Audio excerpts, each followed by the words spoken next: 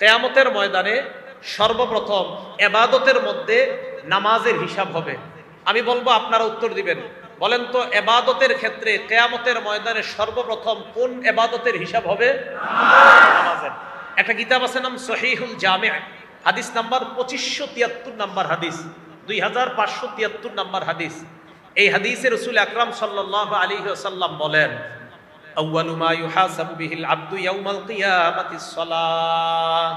কিয়ামতের ময়দানে সর্বপ্রথম ইবাদতের ক্ষেত্রে নামাজের হিসাব নেওয়া হবে। ফা ইন সালাহাত, আল্লাহ নবী বলেন, যদি নামাজ শুদ্ধ হয়ে যায়, সালাহা সাইরু আমালি, সকল আমলগুলা শুদ্ধ। আগে নামাজের হিসাব, এটা যদি সঠিক হয় তো বাকিগুলার মূল্য আছে। ওয়া ইন ফাসাদাত, নামাজ যদি অশুদ্ধ হয়ে যায়, নামাজ যদি বিনষ্ট হয়ে যায়, ফাসাদাত সাইরু আমালিহি, তার অন্যান্য আমলগুলা বিনষ্ট। নাউজুবিল্লাহ। অনেকের নামাজ পড়ে না, সারাক্ষণ নবীর প্রেম প্রেম বলে। আমার ভিতরে নবীর প্রেম আছে।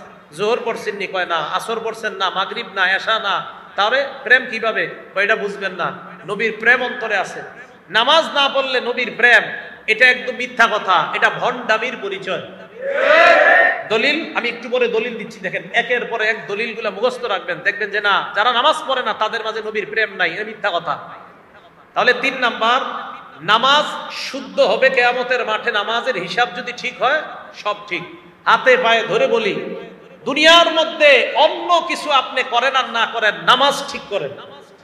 সর্বপ্রথম নামাজ ঠিক করেন, কারণ কিয়ামতের মাঠে আপনি সর্বপ্রথম নামাজের হিসাব দিতে হবে।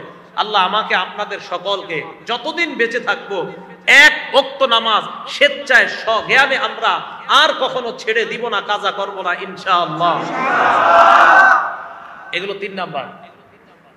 4 নাম্বার, যেই ব্যক্তি 5 ওয়াক্ত নামাজ পাবন্দির সাথে পড়বে, ওই ব্যক্তিকে আল্লাহ পাক রব্বুল আলামিন নিজ জিম্মায় জান্নাতে প্রবেশ করাবে। আবু দাউদ শরীফ হাদিস নাম্বার 1420 নাম্বার হাদিস, 1420 নাম্বার হাদিস। ক্বালা রাসূলুল্লাহ সাল্লাল্লাহু আলাইহি ওয়াসাল্লাম, আল্লাহ নবী বলেন, খামসু সালাওয়াত, 5 ওয়াক্ত নামাজ, কাতাবাহুন্নাল্লাহু আলাল ইবাদ, বান্দা বান্দির উপর আল্লাহ 5 ওয়াক্ত নামাজ ফরজ করেছেন। জোরে বলেন, কয় ওয়াক্ত? 5 ওয়াক্ত। আওয়াজ দিয়ে বলবেন, ফজর সহ না ফজর ছাড়া? ফজর সহ। 5 ওয়াক্ত নামাজ বান্দার উপর আল্লাহ ফরজ করেছেন। ফামান জাআ বিহিন্না লাম ইউদাইয়্যি মিনহুন্না শাইআ ইস্তিগফাফান বিহাক্কিহিন্না। 1 ওয়াক্ত নামাজ যদি কেউ অবহেলা করে ছেড়ে না দেয়, 1 ওয়াক্ত নামাজ যদি কেউ অবহেলা করে ছেড়ে না দেয়, আমি আবার বলছি, 1 ওয়াক্ত নামাজ যদি কেউ অবহেলা করে ছেড়ে না দেয়। অবহেলা কাকে বলে?